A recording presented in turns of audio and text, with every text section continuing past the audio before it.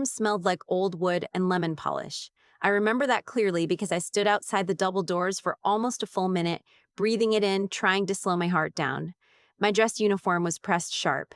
Every ribbon sat exactly where it was supposed to. My boots had been shined the night before in a motel bathroom outside Sacramento. Just me and a cloth and the quiet hum of the highway outside. I pushed open the door. My uncle saw me first. He actually laughed. Not under his breath, out loud, the kind of laugh that fills a room. He leaned over to my aunt and said something I couldn't hear, and she covered her mouth with 2 fingers the way she always did when she thought something was beneath her. My father didn't laugh. He just looked at me the way he'd looked at me my whole life, like I was a problem he hadn't solved yet. I walked to the plaintiff's table and sat down. The bailiff gave me a look I couldn't read. The judge hadn't come in yet. That was October. This is the part I need to explain. I grew up in Fresno, California. Not the Fresno people picture when they think of California. No beach, no palm trees, no money.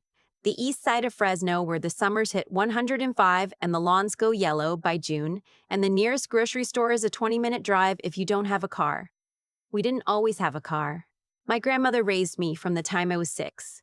My mother had her own problems, and my father had his own life, which apparently didn't have room in it for me. He'd show up maybe twice a year. Christmas sometimes. My birthday never once in 12 years. My grandmother's name was Ruth. She was the kind of woman who didn't waste words.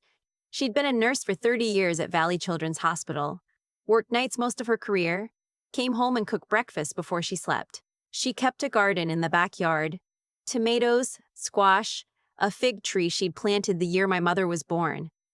She let me water the fig tree every summer. I don't know why that mattered so much to me, but it did.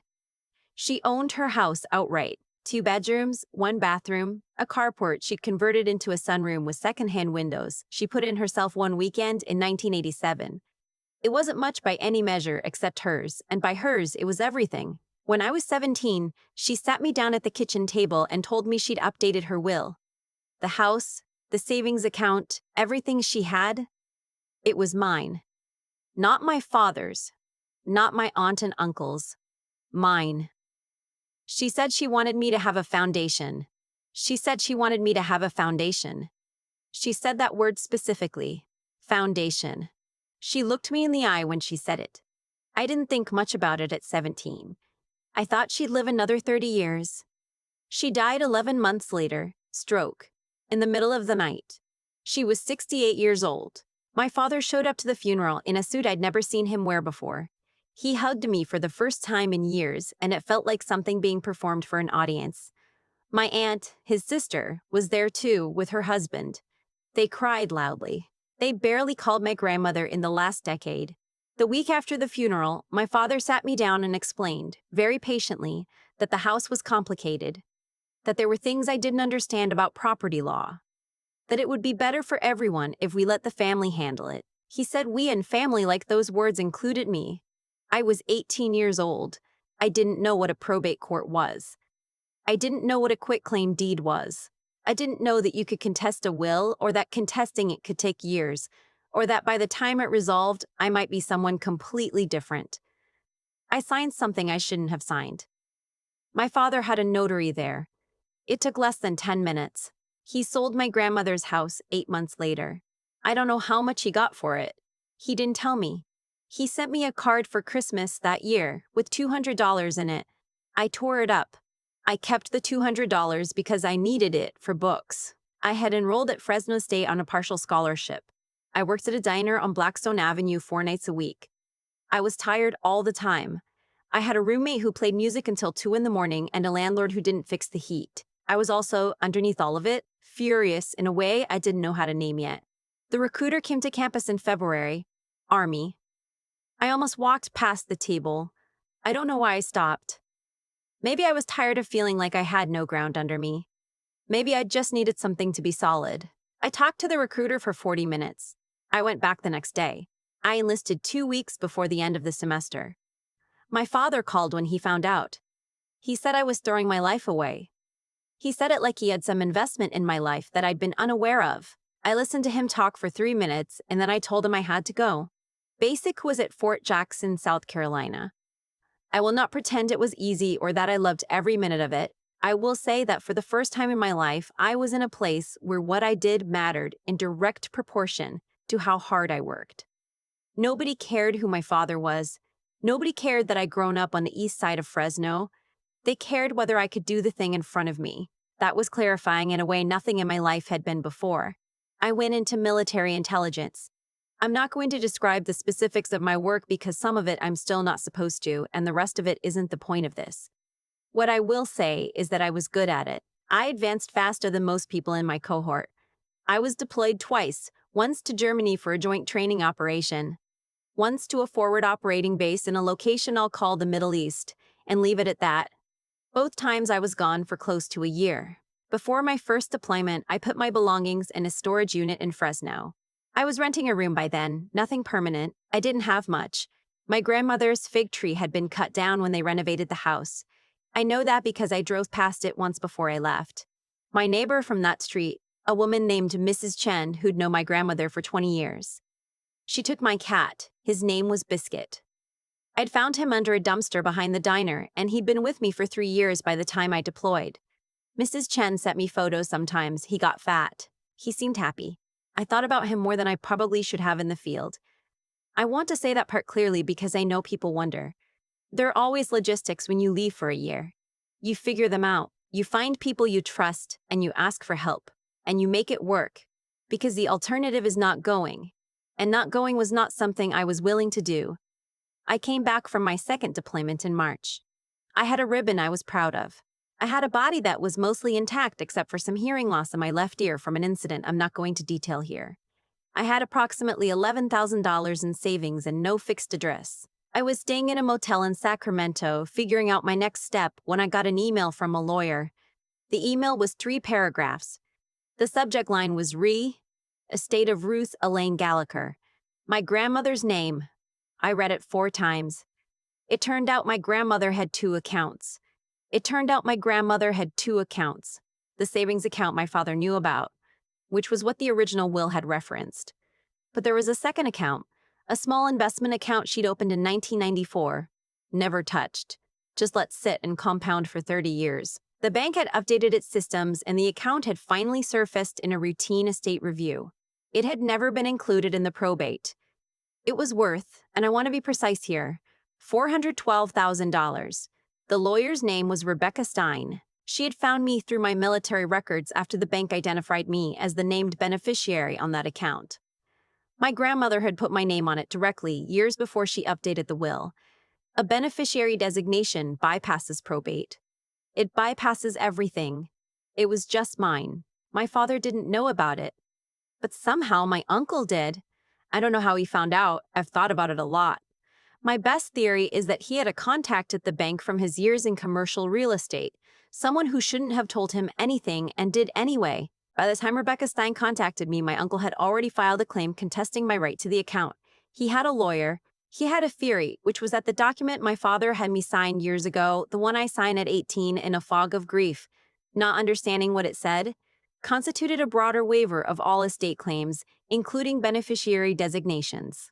Rebecca told me she didn't think that argument would hold. But she also told me the judge assigned to the case had a complicated history with military claimants, and she couldn't promise anything. I asked her what I should do. She said, "Show up." I thought about what that meant for a week. I went back and forth. Part of me wanted to just let it go. $400,000 sounds like a lot, until you imagine years of fighting and legal fees and sitting across a table from people who look at you like you are a problem they haven't solved yet. I knew that look. I've been living under it my whole life. But then I thought about my grandmother at that kitchen table. I thought about the word she used. Foundation. She had meant it for me. She had planned it quietly for years and put my name on it with deliberate intention. She hadn't left it to chance or to a will that could be contested. She had made it mine as directly as the law allows. I was not going to let them take it. I drove to Fresno 2 days before the hearing. I stayed in a motel off Highway 99. The first night I laid out my dress uniform on the bed and looked at it for a long time. I hadn't worn it to anything personal before. It was for official functions, ceremonies, But there is something about showing up in a thing that represents what you've given and what you've earned and who you've become. I thought about my grandmother ironing her nurse's uniform in the kitchen at 5 in the morning before a night shift. I thought about how she never went anywhere she was supposed to be without looking exactly like who she was. I ironed my uniform. I polished my boots. I went to sleep. The courtroom was smaller than I expected. Wood paneling, fluorescent lights, an American flag that had seen better days. My uncle was already there with his lawyer when I arrived. His wife was beside him in a blazer I recognized as expensive. My father was there too. I hadn't expected that, sitting in the gallery behind them. Not a party to the case, but present in the way he was always present in my life, which is to say, present as a form of pressure. He saw me come in, and his expression did something I couldn't fully name. Not quite surprise, not quite contempt, something in between. My uncle's lawyer was a man named Doyle, heavy-set, confident in the way of someone who had been winning cases in this county for 30 years and knew it. He looked at me the way people sometimes look at me when I walk into a room in uniform. That specific kind of recalibration, where someone's assessment updates in real time and they're not entirely sure what to do about it. Rebecca was already at her table. She stood when she saw me and nodded once. The bailiff called the room to order. Judge Whitmore came in. He was in his 60s, gray at the temples, reading glasses on a cord around his neck. He moved with the careful deliberateness of someone who had been on the bench long enough to have no interest in theater. He sat. He opened the file. He looked up. He looked at me. He looked at me. He didn't say anything for a moment. Then he said, "Is that a Distinguished Service Medal?" I said, "Yes, Your Honor." He said, "Which deployment?" I told him. He was quiet again. Then he put his glasses on and looked at the file. "Let's proceed," he said. What happened over the next 3 hours was, in legal terms, not complicated. Doyle made his argument that the document I'd signed at 18 constituted a general waiver of estate claims. Rebecca methodically dismantled it. A beneficiary designation is not a probate asset. A waiver of probate claims does not extinguish a beneficiary designation on a non-probate account. These are separate legal instruments. She had case law. She had 3 precedents from California courts. She was calm and precise, and she didn't raise her voice once. Doyle pushed back. He said I had been properly informed at the time of signing. Rebecca asked him to produce evidence of that. He couldn't. He said the spirit of the agreement was clear. Rebecca said courts decide on the letter of agreements, not their spirit. She said it politely. My uncle at one point interrupted. Judge Whitmore silenced him with a look that I found quietly satisfying. My father didn't say anything. He sat in the gallery with his hands on his knees, and I did not look at him. At one point, Judge Whitmore asked me directly, not my lawyer, me, to describe the circumstances under which I had signed the original document. I told him. I told him I was 18 years old and 3 weeks out from my grandmother's funeral. I told him I hadn't read it carefully. I told him I had trusted my father and I had been wrong to do so. I said it without bitterness because I didn't need bitterness anymore. I said it like a fact because it was a fact. The judge looked at me over his glasses for a long moment. Then he looked at Doyle. He said, "I've reviewed the case law your office submitted and I find it unpersuasive.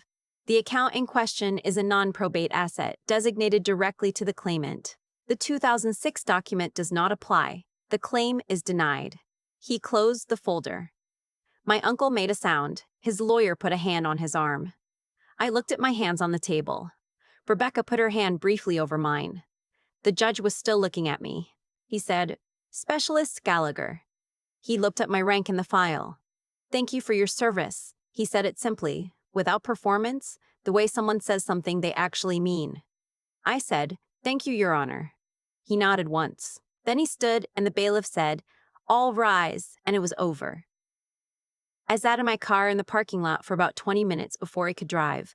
I wasn't crying exactly. I don't know what I was doing. Decompressing maybe. Recalibrating, the way you do after something that took more out of you than you expected. My uncle came out of the building while I was still sitting there. He walked past my car without looking at it. His wife was on her phone. They got into a black SUV and left. My father came out a few minutes later. He stood on the steps for a moment, and I thought he was going to walk over. He saw me looking, and we held that for a second. Then he turned and walked in the other direction. I thought about all the times I'd wanted something from him, an acknowledgement, an apology. The $200 back, maybe, metaphorically.